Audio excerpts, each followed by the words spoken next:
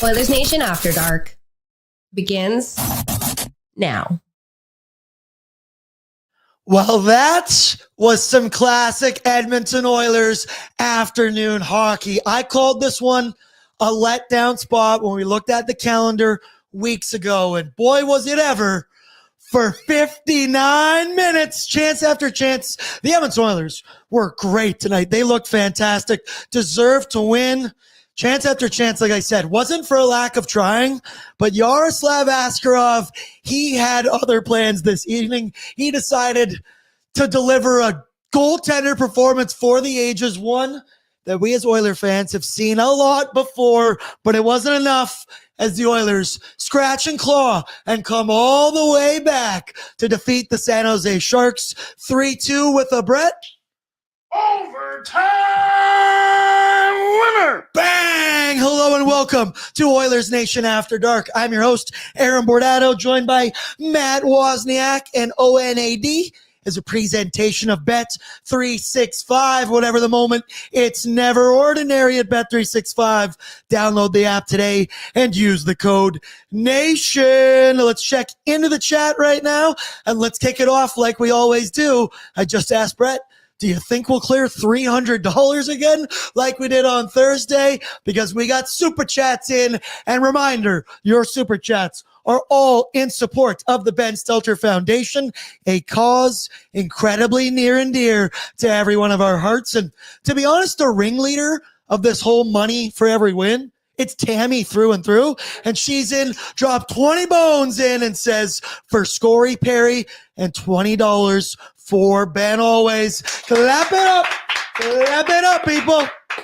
We've got a little QF pro in here who says, I hate to say it, but the good is Askarov. That man is going to be a problem in the coming seasons.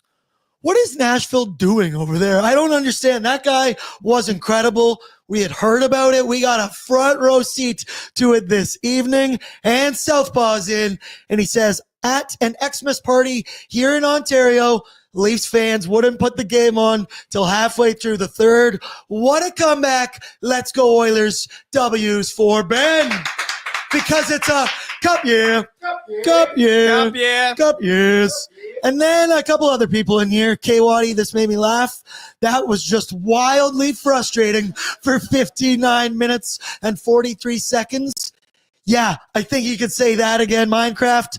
They don't ask how, they ask how many. Take the 2 points any way you can get them. Final buzzer. That should not have been an exciting game. Yeah, my storyline today was go out there and beat the ever-loving shit out of them in the first 20 minutes.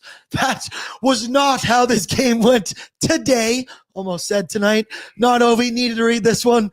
I was edging that whole game. Sadistic Angel with a little, we want Bordzy. K-Waddy, Oilers fans only pay for the edge of their seats. I was on the edge of mine for the entire day. Matthew, that was a hard game, but we needed that win. Minister went from losing the game to winning the game in 35 seconds. As I said, classic Edmonton Oilers hockey today. And Kiana says it. Throw an orange dub on that schedule, Bordzy. Let's go. You're damn right. The orange W's have become a hit on that schedule. Was initial thoughts, that was crazy. The Oilers were so by far the better team. The ice was tilted for pretty much the entire game. Maybe not the first period, the start of the first period, I could say, but the Oilers, they stuck with it. When Leon Draisaitl missed that empty net in the final minutes there, I was like, okay, this definitely isn't our night. And then we find a way. That was a roller coaster of emotions. Yeah, and I always like the way you put it. They all count the same. Even if it's against the San Jose Sharks, a scrappy victory. We nearly got goalie for the most part. Askarov showed up, and the Oilers were, at times getting robbed, at times just flat out missing the net, and you were just kind of like, scratching. What's going on? Can we not score against this guy? They were throwing everything his way, the kitchen sink, and eventually the Oilers pulled through and got the 2 points in overtime, and Matthias Ekholm came up clutch in the third period, and then Leon Draisaitl finished it in the overtime. Zach Hyman also playing some good hockey. Overall, just a weird game. Incredibly weird game. Calvin Pickard, boom. Look at how many W's all those are on W's that on schedule. Saturday night as well. I'm covered in dubs. Let's go. And Thursdays. That's a good way of putting it. I'm covered in dubs. I did that thing where I said my thoughts out loud again. Did that thing. Goddamn, that's good to look at. And we just went through the gauntlet, right? Went 4-1 in that incredibly tough stretch. You get the San Jose Sharks. Had a letdown spot written all over it. And the first start of that game had that written all over. But one thing I want to talk about before we dive in to a certain degree, it was the next gen game today. Mm-hmm. It was nice, right? Shout out to those kids. They all did a great job, in my opinion. It's just adorable, dude. It's so cute. They did such a good job. Gene does such a good job of making the kids feel comfortable. Yeah. I don't think it would be that good without Gene. He just has a way of bringing it out of these kids. And I really like this tradition of the one next-gen game a year. I like that it's an early Saturday afternoon one. Good job on those kids. But as I said to you guys, don't get any ideas, and please don't come for my job. But Waz, thoughts on the next-gen game? I liked it. I thought from the start to the end, it was awesome. I love that. I wish the Oilers had this when I was younger, if I could have somehow taken part. But it's good to see the kids kind of getting involved, and the Oilers, they do a fantastic job. From the announcers to Gene Principe, Gene especially. I know there was one girl, and he was like, "Well, what are you doing? What's your role?" And she was like, "Oh, I don't know." And she's like, "You're the DJ." And he kind of hyped her up a bit. And it was good. She, I mean, he makes everyone feel a little bit more comfortable, especially on camera. It can be pretty nerve wracking. Yeah, absolutely. I was left from Epiphany. Bordzy, love you, brother, but that will live on the internet forever because it's a cup year. Cup year. Also, a couple cup years in here as well. All dress chips, little Minecraft cup years. Yeah, Squishy, they won it for the kiddos today. Maynard, the anthems were great. Brett, I feel like you would have been a great kid at that when you were younger. I feel like that was made for you. Yeah. No, to be fair, I probably would have loved to do that. I was a massive, when I was a kid, like getting into, I knew that I wasn't going to be a baseball player. Don't know how that happened. If Alejandro Kirk came into the league about 15 years earlier, probably would have had a better chance. But a big boy. Yeah, big boy. He's chunky. But I was always really into the media, and I always used to commentate my Chell games, like my video games. That's where I kind of was able to do I did that too. Yeah, exactly, right? And so I would do like over to Smith the Horkoff, and so all that stuff. So I would love to do what those kids are doing. They will never forget for the rest of their life. Well, do you remember, sorry, Wazzy, to cut you off, but just kind of go back before we finish. Do you remember when the Oilers used to do the junior reporter at the start? This was like I think I remember this. Yeah, this was about 2000s, Sheldon Surrey type era. I actually did that. I won the competition, but I didn't get to do the journalism. They just gave me the the tickets and went. But yeah, that was something those kids will never forget.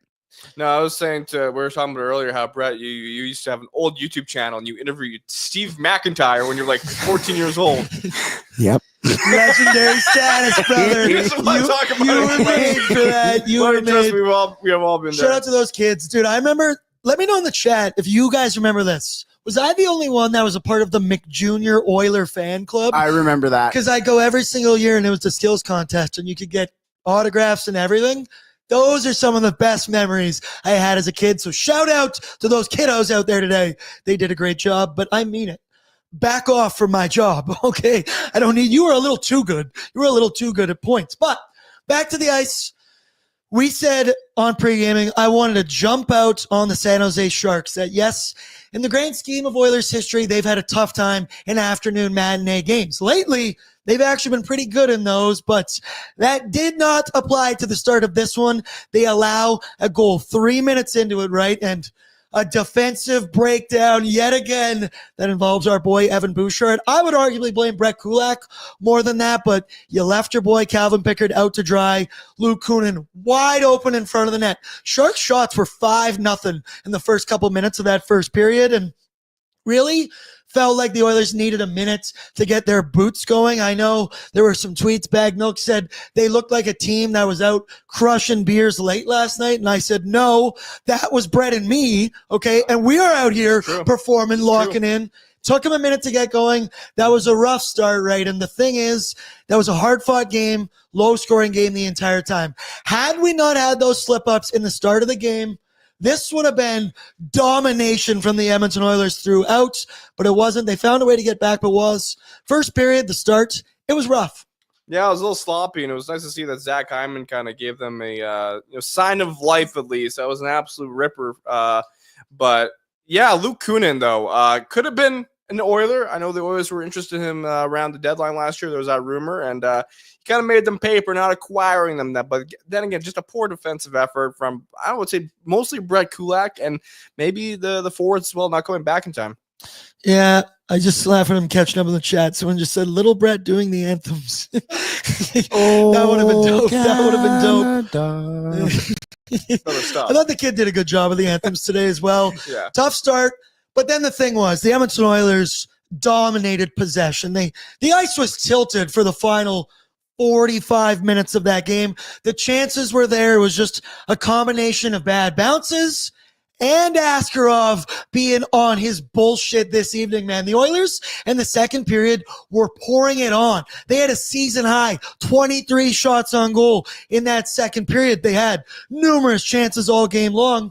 Both top six lines were just dominating, just sucking the life out of the San Jose Sharks in their own end. They were just working them in there, and it honestly felt like a power play every time the 97 line was out there, 5v5. And yes, it was. They did not capitalize as much as we would have liked, but it was not for a lack of trying. The offense was there. The shots were there. The deserve to win a meter right now, 85.2% for the Edmonton Oilers. The offense was there. They got their chances. It just was getting tough there for about 60 minutes, 59 minutes we pretty much talked about. Yeah, I'm just looking at the box score here. In the second period, the Oilers had 23 shots, which according to the Sportsnet stats people is the most saves by a San Jose Sharks goalie in the second period. Take that, Evgeny Nabokov. Yeah, so the Oilers absolutely just ripping the puck in front of Askarov. And Askarov, for a minute there, was looking like Lucas Dostal from a couple years ago when he robbed the Oilers. And I think that night, the Oilers actually did score 3 goals. Interesting enough, two of these Pacific Division teams have some good young goalies in the Sharks and the Ducks. I do not understand how the Sharks got Askarov for what they got, and they got Jake Wallman with the second-round pick attached to it. I know that they're rebuilding and everything. They're not going to be good for a while. Those are the moves that get you back to the top of the Pacific Division. But Yaroslav Askarov, man, he put on an absolute show this afternoon. He was shutting the door nonstop. You saw Leon, Hyman, so many players looking skyward, looking pissed off. And all of us as fans saying, I've seen this movie before where a young goaltender, that was his 5th career start, they said, and he was on it tonight. Acrobatic saves, sprawling all over the place, any means necessary. Glove saves, blocker saves, sprawling side to side, pad saves. He robbed Leon in his office. He robbed Rico in front of the nets. He was on his game all afternoon long, and he was just... That does scare me when I see Yaroslav Askarov in the San Jose Sharks organization. Yes, the Sharks, it's going to take him a couple years to get back there. But one of the most crucial things for a turnaround for a team is your goaltender. And Yaroslav Askarov gave a performance that I think Oilers fans and Pacific Division fans should be taking note of. Yeah, it's also kind of maybe also one to forget, hopefully, because it was just one of those games where the Oilers were piling a bunch of shots. And not just even just like, he wasn't just robbing. We kept missing the net at times. Draisaitl, Hyman, you were kind of wondering, how are we missing on these shots? Is the finishing just off today? Yeah, just one of those weird games. And Askarov, credit to him, hats off to him. He was looking very confident in that crease. I like this from Draisaitl. I recommend scoring earlier tomorrow. Good point. Good point. I don't know if they were thinking about that. Sasky says 2 years, watch out San Jose playoffs. I don't know about that, but right? You can see it in there. Celebrini. I love his game. I love his game. He was very fun to watch. And it was in overtime as he won the draw, goes down the ice, loses the puck, and That's your first time against the Edmonton Oilers. He's going to remember that, and it's not going to be the last 3-on-3 opportunity he has. He was quite fun to watch up against Leon Draisaitl, though. Like, just kind of one-on-one the way he was defending Draisaitl. Draisaitl kind of getting annoyed by him. Leon on that opening overtime face-off just stuck him one right in the ribs right before they dropped the puck. And I was, fuck yeah, Leon. Fuck yeah, way to do that. The other thing I want to talk about, we'll talk this, then the Greta scoring summary. This Zach Hyman heater that he is on right now is getting borderline hilarious. All he can do is just laugh. 9 goals in his last 8 games since returning from injury. Oh yeah, during that, he also broke his entire face, and he is on fire. He can score goals any which way, and he put it on full display this afternoon when he took a second to corral that puck and pass from McDavid, and he fucking ripped that thing over Askarov's shoulder. And the turnaround in production for Hyman, I feel like a broken record sitting here in this chair. But it's insane that he goes from 3 goals in 20 games with a 5% shooting percentage. And right now, feels like the guy can't miss. Granted, he did miss a wide open cage at one point today. The thing is that he's producing like this, and he's doing it all with a big old fishbowl on his head. Was just awesome stuff from Zach Hyman, and I mean it. Doug Armstrong has to be sitting there watching SportsCenter every night and going, are you shitting me? He's scoring again. We fucked up. Yeah, I hope he's getting like a text from his buddies every day. Hey, Hyman scored. And he just throws his phone at the wall. Like, I get it. We have a good team. I don't need this Hyman guy. I don't like Oilers, because I think Doug Armstrong just does not like the Edmonton Oilers or Sam Bowman, There's not some history there, I believe. So that could be the case, but get used to it, because Zach Hyman, I think he's going to continue scoring. Maybe 40 goals on the season. I can see it happening. Dude, at the rate he's on right now, I'm not going to say anything. He can do whatever the hell he wants. Bosch is in. Hyman is a beast, Mr. Burns. LOL. Black Hyman is great. I saw some people loving it in the chat. Whoever on the Oilers social team came up with that. Yeah. It was probably Gene, but who knows? Sadistic. Hyman is unstoppable. Black Hyman is on fire. The Iron Duke, we know you're not taking credit. Shout out to the Edmonton Oilers social teams. Who's that? Let's go now. Actually, final one, too, we can say. I want to give the Sharks some credit. You mentioned this. I just want to say, what's Black Hyman? I don't get it. So as I was saying. It's just a rhyme thing? Like, okay. So as I was saying, it's professional troll over here. No, I'm serious. Give the San Jose Sharks some credit. They got some spunk to them. They've got some fight back. They got some pushback. They are not the most skilled team. You look at that roster, top to bottom, not a lot of household names out there. So there's some young guys that show some promise, but they played with a ton of effort. They competed tonight. Like, I know the Oilers were running their game in their own end there, but the Sharks, I will say, battled hard, and that's my nice loser talk thing for them today. Yeah, and we were kind of saying they don't really give off the vibe of a team that's at the bottom of the standings. Like, they come out, show up every night, ready to play some hockey. It's not like they're the Buffalo Sabres losing 11 in a row, or the Chicago Blackhawks kind of in a bit of a funk.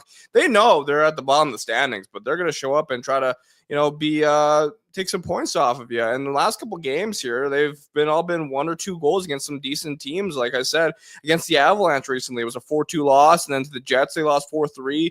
Utah, they lost 4-3. A lot of losses, but they're all 1 or 2 goal games. They can really stay in there.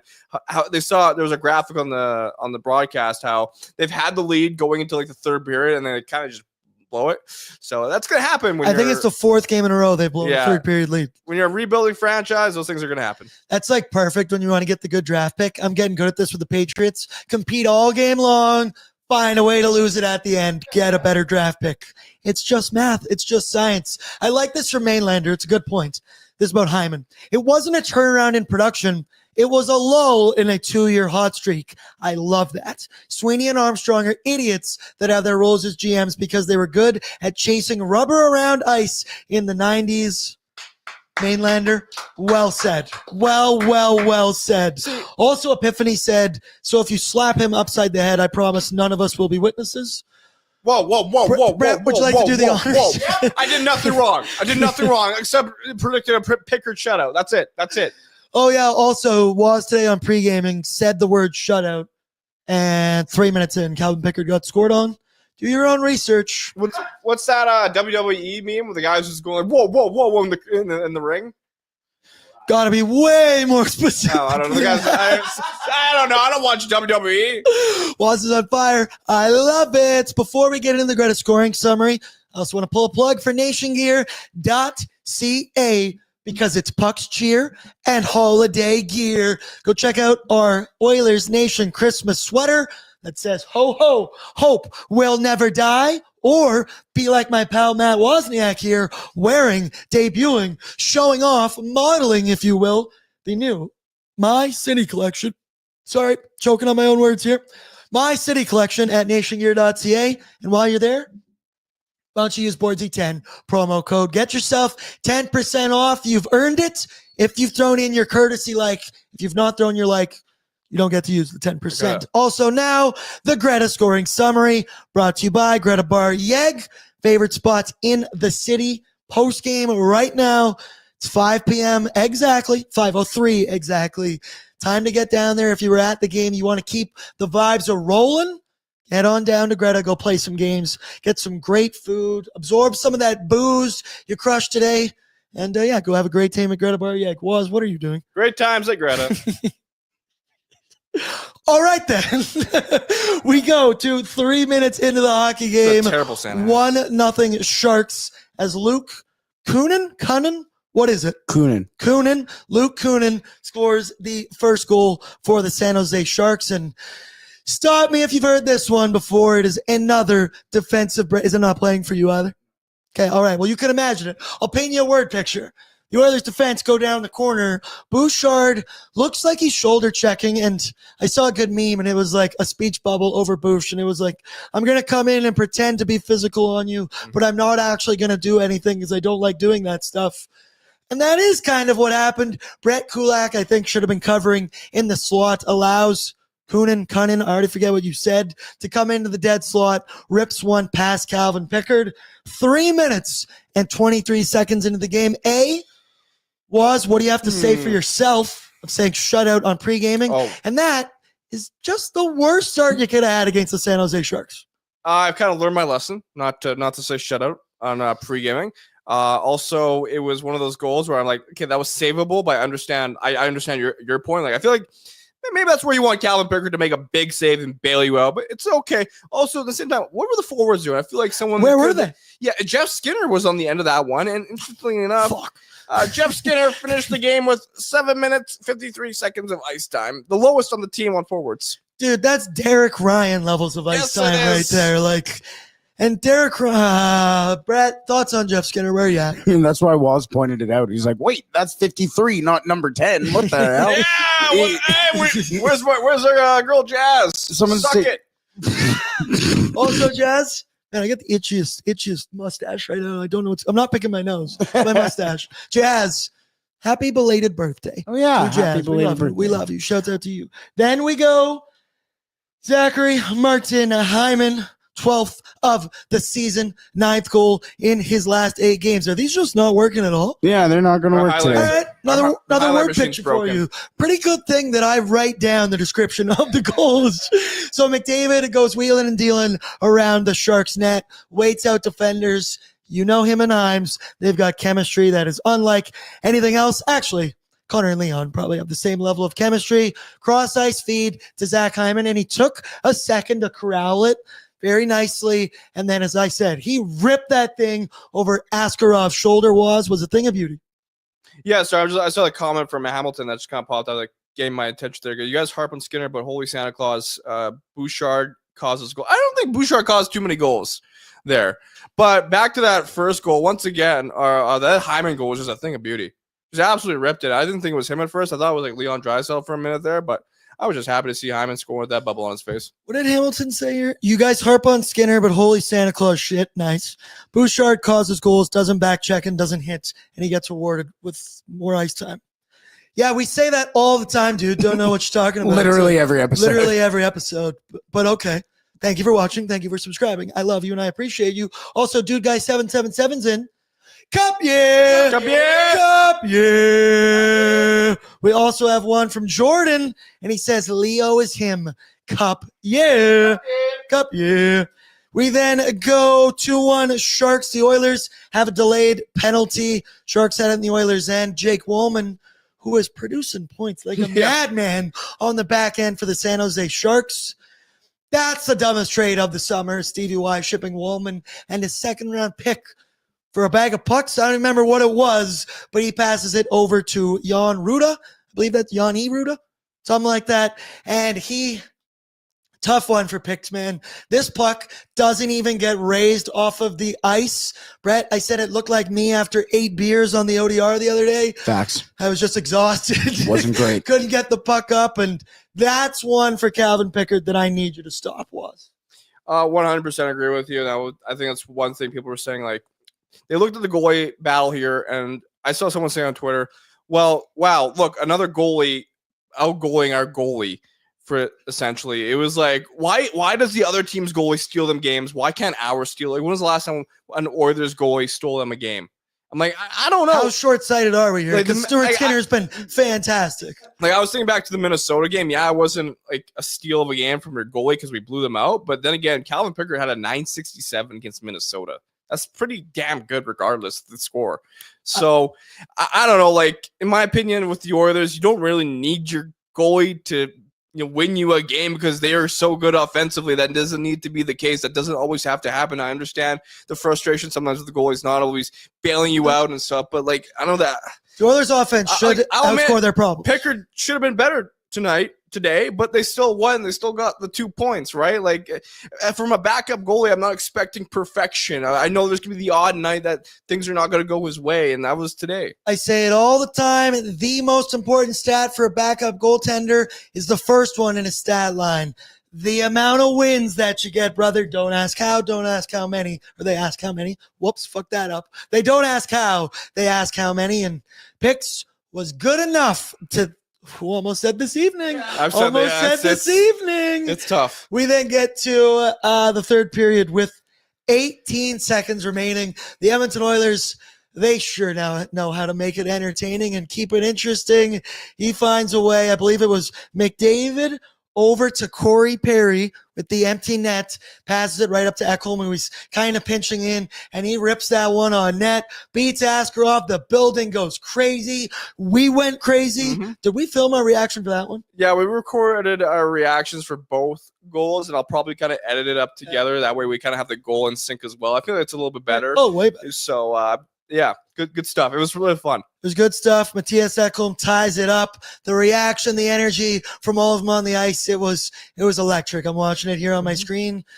Sorry, Askarov, you were very good, but you were not good enough. Then the Edmonton Oilers take it to overtime, where Leon Draisaitl calls game. And 3-on-3, right? You're picking the Edmonton Oilers over literally everybody in the NHL. And the funny part was, Celebrini won that draw and was going down the other way. The Oilers find a way to strip him of the puck. Mm-hmm. Bang, they work it down the ice. Thing of beauty. Leon Draisaitl continues his hot streak. It's McDavid to Dry, of course, as it is. And the pass from Connor was even like tipped. And Leon took a second, and boom, his second corral beats Askarov and sends the Rogers Place faithful home happy. Leon leading the league in goals, and Leon might just be the clutchest player in the NHL right now, was. Yeah, I was thinking through the game, like, what has changed? Ice in his veins. Yeah, like, what has really changed from Leon Draisaitl last year to this year? Because I feel like we were seeing Chris Knobloch benched him at the beginning of the season, and possibly. Since then... He's a more complete, mature player. I don't know. He just seems so, even defensively, I saw him making some big plays, and I can see why Frank Seravalli was saying, hey, maybe this guy should be looking at the Selke nomination, right? Just all around amazing game from Leon Draisaitl. It's really nice to see the maturity in his game really shine. Dude, it really is. He's becoming a leader through and through. Also, I like who said this here. There's so many Bosch. Dry ass celebrating at the start of OT was awesome. It was so good. You got to do that. You're, hey, rookie, welcome to the NHL moments. And we know Leon, he can out physical pretty much anybody in the NHL. It was awesome as the Edmonton Oilers defeat the San Jose Sharks 3-2 with Brett. Overtime winner. God, I love when you do that. It just fires me up. Calvin Pickard, 20 saves on 22 shots for a .909 save percentage. Yaroslav Askarov, 39 saves on 42 shots for a .929. I also see we've got a super chat in here from My Jordans who says, I miss my bro Evander Kane. Yeah, I think we all do, right? He brings that physicality. We'll miss him. We miss him. Who knows when he's going to come back? What have we heard? What's the latest update? March? April? March? So, sorry again. Evander Kane? All right, I'll continue on. I can answer that. Sorry. That was me asking. Yeah. Frank Saravalli said the other day on Oilers Nation every day it's looking like late March, mid-March. I know there's somebody, I think there was a Bob Stauffer show that was saying like early March, but definitely March after the trade deadline. Okay. I am still of the belief of just LTIR, man. I want to cheat. I want to play the game. It looks so fun. I've been watching other people do it for years. They end up winning the cup whenever they do it.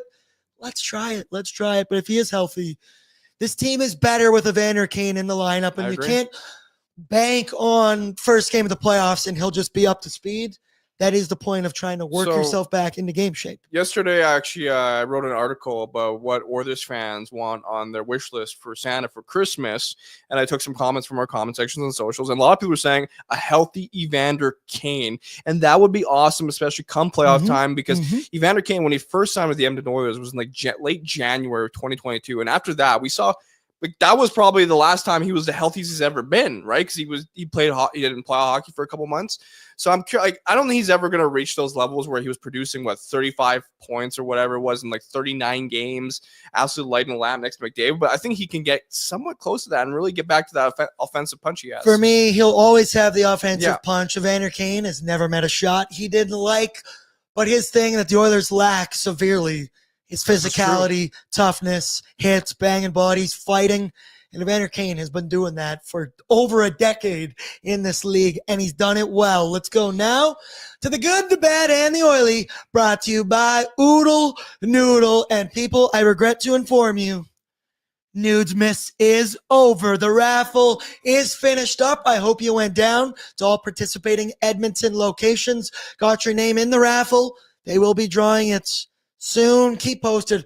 ON socials will post it. Oodle Noodle socials will post it. But, Brett, it's a long weekend this weekend, which means we've got a new offer for you. A little BOGO action. Buy one, get one, 50% off. It's a long weekend, brother. We got another Oiler game tomorrow. You do not want to be cooking. You don't need to be cooking. You should be ordering from Oodle Noodle. You can even get it delivered through our friends from DoorDash. Waz, what's your favorite dish from Oodle Noodle? Go. I'm trying to think here. The Mongolian stir fry is pretty good, but recently I tried the combo box with medium heat. Elite. I was just going to use the word elite. Beef. You got it all. You got your protein. It's exactly what you need on a Saturday night in Edmonton, baby.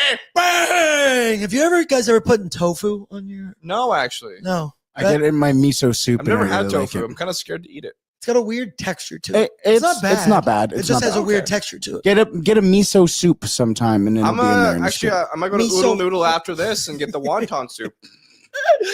Said the thoughts out loud, but I stopped myself. All right, the good this evening, and this is funny. We didn't even change it from the last game. It was the comeback kids, because another game, another comeback for the Edmonton Oilers. They were getting chances all game long. They could have been discouraged. They were looking sky high at points when Askarov was making incredible saves, or the Oilers were just fanning on shots, missing the net entirely, but they stuck with it all the way till 18 seconds left in that third period, and they just stuck with it, right? They were, for the vast majority of that game, in complete control. They found a way. And yes, I understand. This is a comeback regular season win against the San Jose Sharks. You should not be celebrating like crazy. We should have beat this team by 5. It doesn't matter. They're an NHL team. They get paid the same.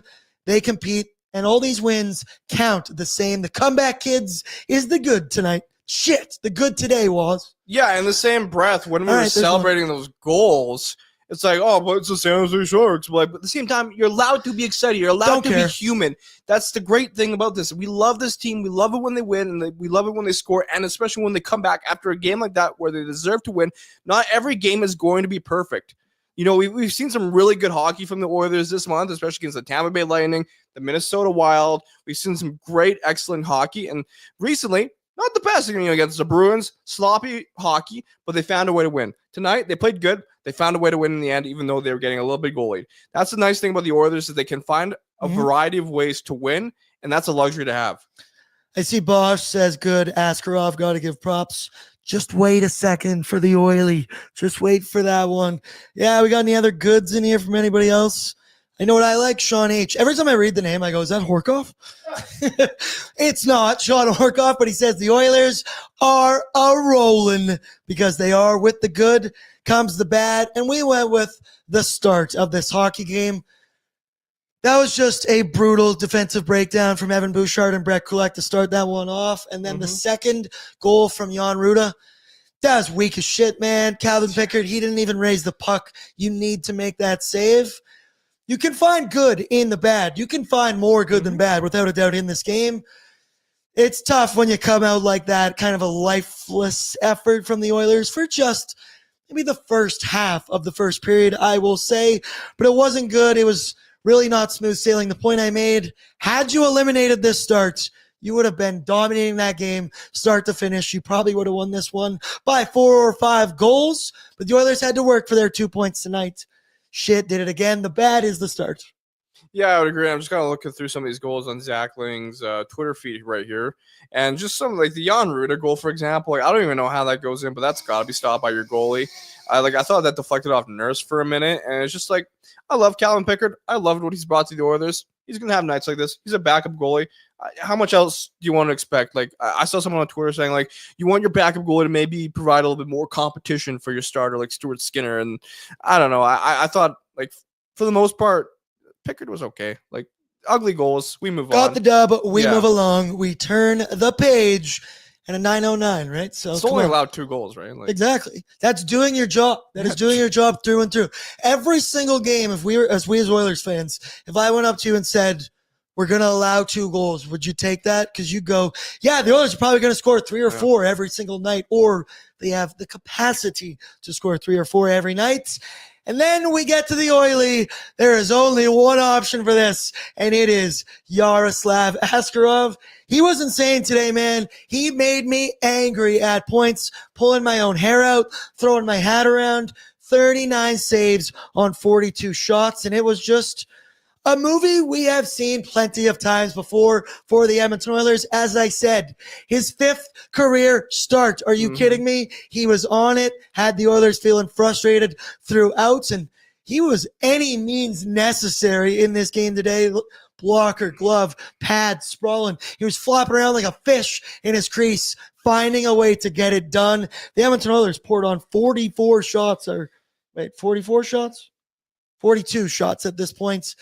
He, give the man credit, was on his game.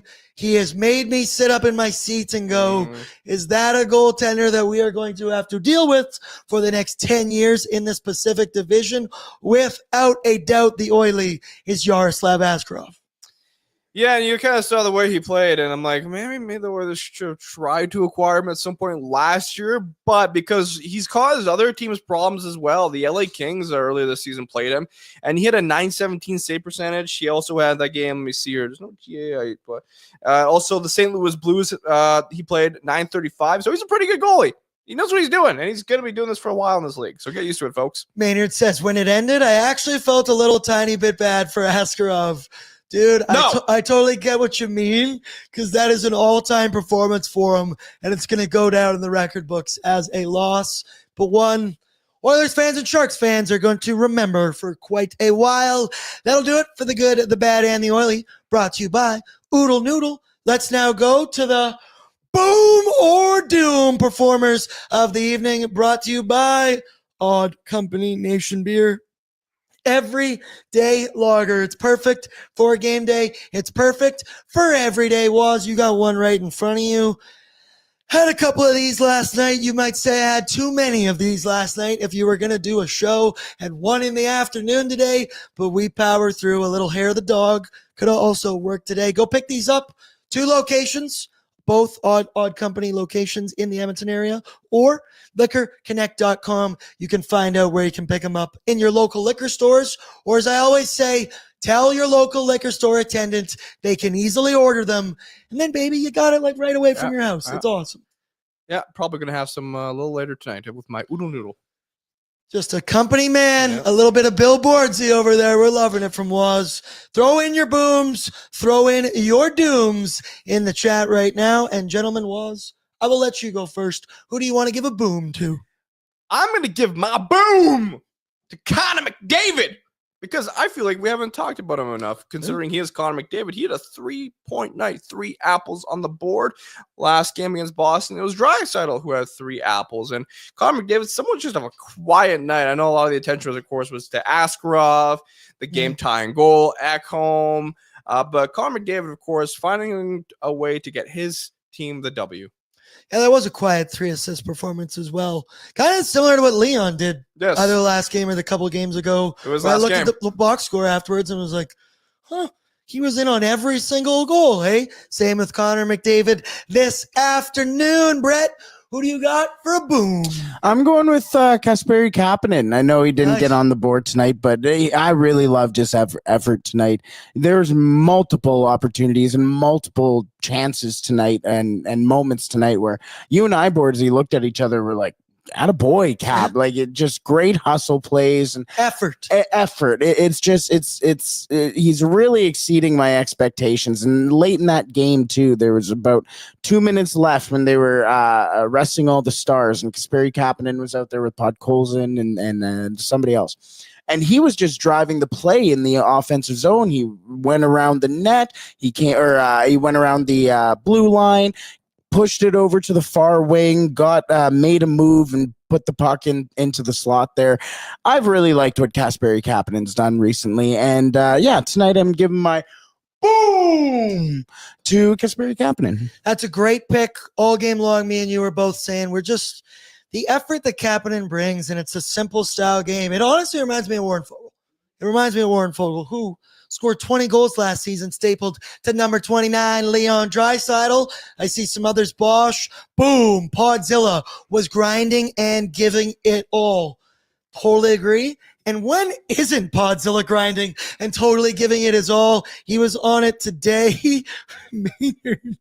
Breaking news. Jeff Skinner is bad at hockey. My pick was going to be what Adams was. I'll give the Viking Ekholm a boom. Humongous goal for the big man. Yep, I like that one as well. The clutch gene through and through for Matthias Ekholm. And that celebration when they tied it up was a thing of beauty. It got me so fired up. Ryan S. says he thought Picks played well. Could give him a boom. Absolutely. Now let's get to the fun part. Who gets a doom for you, Waz? My doom. Sorry, that wasn't too high. Anyways, I'm going to give my doom to anyone who was doubting the Edmonton Oilers in the first period. I was seeing people on social media losing their hair saying, one guy said, it's over. We're not winning this game. First round exit. We're done. I'm like, buddy, relax. There's like a full hockey game still to be played here. Like, relax. The goals are going to come. You never doubt the Edmonton Oilers. They always find a way to win, to come back. Like I said, they have a luxury of finding ways to always get the W, get 2 points. Doesn't matter who against or how you do it, get points on the board. Down but not out. Yes. Brett, who gets a doom? Are you going with JSS before I take mine? You can do whatever. Okay, cool, because I'm going with Jeffrey Scotty Skinner. I know it's the low ball. I know it's picking on the fat kid outside. I get it. Kicking him when he's down. I can say that. I was the fat kid. But there's only so much you can say about playing 7 minutes in that game, but please do something in those 7 minutes. And I know you're getting very limited minutes, but I'm just really getting, and I don't want this to be like I'm being hard on him, but I'm getting kind of sick of the attitude from Jeff Skinner. Interesting. I don't like a lot of the not necessarily sulking, but a lot of the eye rolling to the roof and the slams and the hunched overs on the bench. And listen, you're having a tough time. I am going to be the first one who does the exact same thing as well. I totally get it. That's not how you're going to come out of your funk. You need to put your nose to the grindstone, chin up, and start working hard and figuring it out. And this was one of those games that you could and wanted to see a guy like Jeff Skinner to have a really good, strong game. Do you not want to put yourself on camera? Sorry. I have. Now I'm at the tail end of mine. But this was one of those games that you want Jeff Skinner to have just a nice, strong game and go and do something. And tonight there just was nothing. Yes. Actually, I want to add on to that because when we think about last year, Connor Brown was the scapegoat for a little bit. But everyone was like, this guy does nothing. He's useless. He's not scoring. But in the same breath, he was still playing some decent His effort was always there. His boots were hockey. always moving. Defensively, he could get it done. If I'm Jeff Skinner, I go to Connor Brown. Hey, man, what can I do to just kind of be a little bit more noticeable to the coaching staff? Because, yes, Connor Brown at times did get scratched for not producing, I guess. I can't remember. But, that's the thing. What do you guys think Jeff Skinner needs to do exactly to get a little bit more trust from the coaching staff? Because we know he can score goals. But if you're not scoring, it's all about defense. We know this. Defensive Nobby has been so straight up about this. That first goal could have been avoided if he just played a little bit more. Right? It's the commitment, the effort. I've said this through and through. I'm tired of it. With Jeff Skinner, you don't expect him to be a banging bodies, throwing hits kind of guy, playing dirty and physical. But what you can control is your effort and how fast you move your boots. And when you need to get going, when you see it in your own end, not cheating up the ice, trying to work back the ice and trying to get an offensive chance. It's been too few and far between so far for Jeff Skinner. And that is why you look at his stat line this evening and he played 7 minutes. 7 minutes and 53 seconds. And Nobby's been very straight up about this throughout. I don't see it changing anytime soon, especially, buddy, if we're talking Evander Kane coming back in March and you're throwing another body into that 12 forward group, Jay Skins, it's gonna be tough for you to find your minutes of note in there. Yes, Brett? Well, you mentioned that, and the interesting thing with Knobloch, and you mentioned guys coming back and stuff like that. When Zach Hyman came back, when Victor Arvidsson came back in the lineup, the thing that I found interesting from Nobby was he sat there and went, when Derek Ryan is back, and we're talking about Derek Ryan specifically, not Evander Kane, but this could be a precursor. He sat there and said, when Derek Ryan comes back into the lineup, Matthias Janmark will be other places in the lineup. So that means that the swap isn't going to be Janmark for Ryan. That implies that there's going to be somebody else that's coming out of the lineup. You're not taking Corey Perry out of this lineup right now. You're not taking Matthias Janmark. You're not taking Connor Brown. You're not taking Adam Henrique out of this lineup. That doesn't leave very many options if you're Jeff Skinner. Dude, guy 777. I don't know if anybody else is going to get this. That is absolutely hilarious. He said, don't want a forecheck. That's a paddling. So can I just add on a little bit more? Because if you look at someone like Vasily Podkolzin, who scored 0 goals last year with the Canucks in 19 games, and Jeff Skinner is known to score goals, but Podkolzin is getting rewarded with top 6 minutes just because of effort. Yes. Hard work. I said this before, even when Pods didn't have any goals on the season, we as a fan base, no one was bitching about him being there because it was all about effort, what you can control. And then finally, Pods' production started to increase to match his effort and what he had been doing. But also, dude, guy 7-7, I just wanted to say, talking out of turn, that's a paddling. Looking out the window, that's a paddling. By the way, paddling the school canoe. Oh, you better believe that's a paddling. Nobody else will get that, but dude, guy will. Podkolzin has 3 goals. Jeff Skinner has 6 goals. Guess who's getting more ice time this season? Yeah. Well, and this comes down to, I was going to just kind of interject for a sec, but this comes down to producing isn't just points wise. You don't just produce by having a secondary assist and you're sitting there going, oh, guys, I got my 14th assist this year. No, producing is being able to be not necessarily even dangerous, but being able to sit out there and make stuff happen on the ice, making sure that you are limiting the opportunities defensively for the opposition, being able to move the puck in transition well, getting the pucks to guys. And we see it with Podkolzin and we see it with Kapanen now as well. Just get the puck to Leon Draisaitl. You get to open ice and do your thing. That's productive. You know what you're doing. And Jeff Skinner, it's almost like he's trying to do too much right now. He's just not being able to produce when he's not producing already. Yep. I like that point about, production isn't always checking the box score. Pods is a great example of that. Brett, gold star. Gold star to you over there. Doing a great job. You should clip that. We will have to make clips. We will have to. I think I know a guy. I didn't give a doom. Who should I give my doom to? Calvin Cody Pickard. Ceci. Because the only bet I made was a Cody Ceci anytime goal plus 1,600. And that obviously did not happen this evening. He had zeros across the board, -1, 23-18. When you got Cody Ceci playing 23 minutes of ice out there, that is never a good situation. But Cody, we missed you. We love you. You could also see like Dry and him kind of at points like laughing and joking. I guess he shot a puck at him in pregame warmups as well. Now, Brett, let's go. Let's just talk about your spider from our friends at Bet365. Bordzy's Bankroll is brought to you by Bet365, proud partner of Oilers Nation After Dark. Open an account with Bet365 today and bet on a huge range of markets. Whatever the moment, it's never ordinary at Bet365. Download the app today and use the code NATION to get your rewards. Today, sadly, I didn't do Bordzy's Bankroll because Bet365 was having a little bug of a situation going on. But Brett, you made a spider. Did we hit? Did we come close? We did not hit, unfortunately. I'm pulling it up right now. I missed. Wow, I only got half of this one. You know me. I normally miss on one. Yeah, no, not tonight. Edmonton money line, bang, good. Okay. Easy. Over 5.5 goals. What are you thinking? Well, I'm thinking that they're playing the Sharks. That's what I'm thinking. We were yelling about the over on pregame. Yeah, exactly. McDavid over 1.5 points. Ding.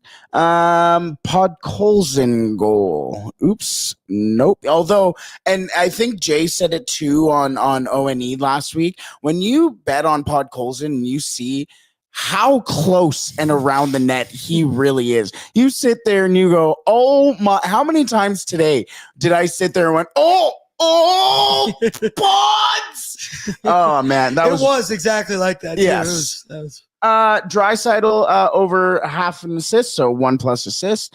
Did not happen, actually. Ekholm over 2.5 shots on goal. Bang. Ferraro, remember that block shot thing I was telling you about? Mm-hmm. Over 1.5 block shots. Bang. Hammered. But Pickard, I needed over 23.5 saves. I don't know what he finished with, but it didn't hit. So unfortunately, still 0 for 6 on spiders, but we're having fun and we're doing it responsibly. As always, only bet what you are willing to lose. We don't unit shame over here. You can bet 50 cents. A win is a win is a win, brother. I ain't going unit shame. Come on now. Brett, I also just brought something in that we can do there because I need to tell the people about the Nation Vacation that is upcoming. This is huge. The next Nation Vacation is officially on deck, and we are heading to Viva Las Vegas. Viva Las Vegas from March 30th to April 2nd, 2025. We're going to be heading out there. Game is on April 1st. Yeah. That is not an April Fool's joke, people. It is a real thing, and it's going to have huge birthday. What? Bagnall's birthday. Why'd you whisper that? I just wanted I don't know, man. I'm weird.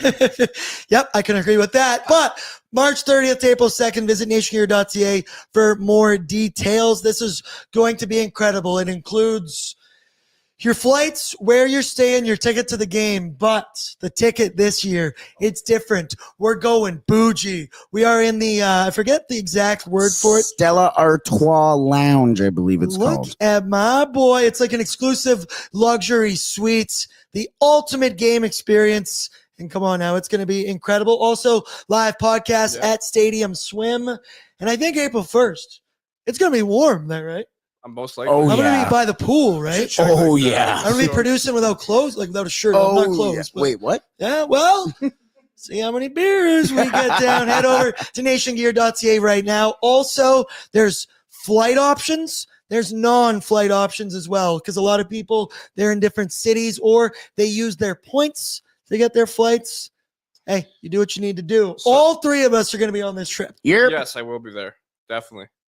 Did you have something else, Dad? Or Yeah, I was going to say last year in Vegas on April 1st, the weather was 68 degrees Fahrenheit. What's that in Celsius? Do we know? Around 25? you got No. a computer in front of you, brother. I know, but this app just shows me in Fahrenheit. So So what was the Fahrenheit? 68. And then 2023 was 72. 2022 was 80.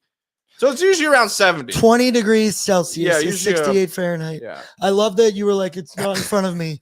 I like you have Google right Buddy, in front of you. I'm already thinking of what outfit to wear to Vegas. It's also Okay, what do you the think? desert, Have too. you seen that meme of the guy walking around in Vegas in a black and gold Versace jumpsuit? That's what I'm thinking.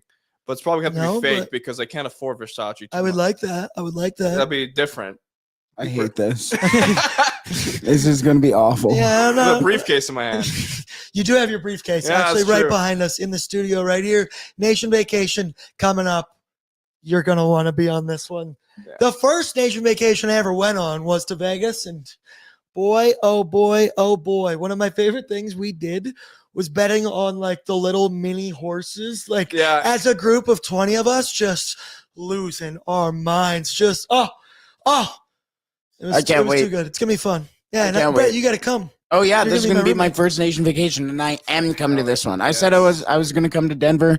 Then there were rumblings about this one starting up, and I said, You I'm also gonna hold just, my like, horses. when we went to Denver, you went on a trip to LA, so it was a lot of trap. Would have been. "Well, a month prior, yes, yeah." Exactly. Only other one, I want to give a shout out to our friends from Alberta, Blue Cross. Because if you're planning a trip, make sure you remember to pack travel insurance from our friends at Alberta Blue Cross. Because when you've got Canada's most trusted travel insurance in your back pocket, you can focus on making the right kind of memories while you're away. Visit ab.bluecross.ca/travel for information.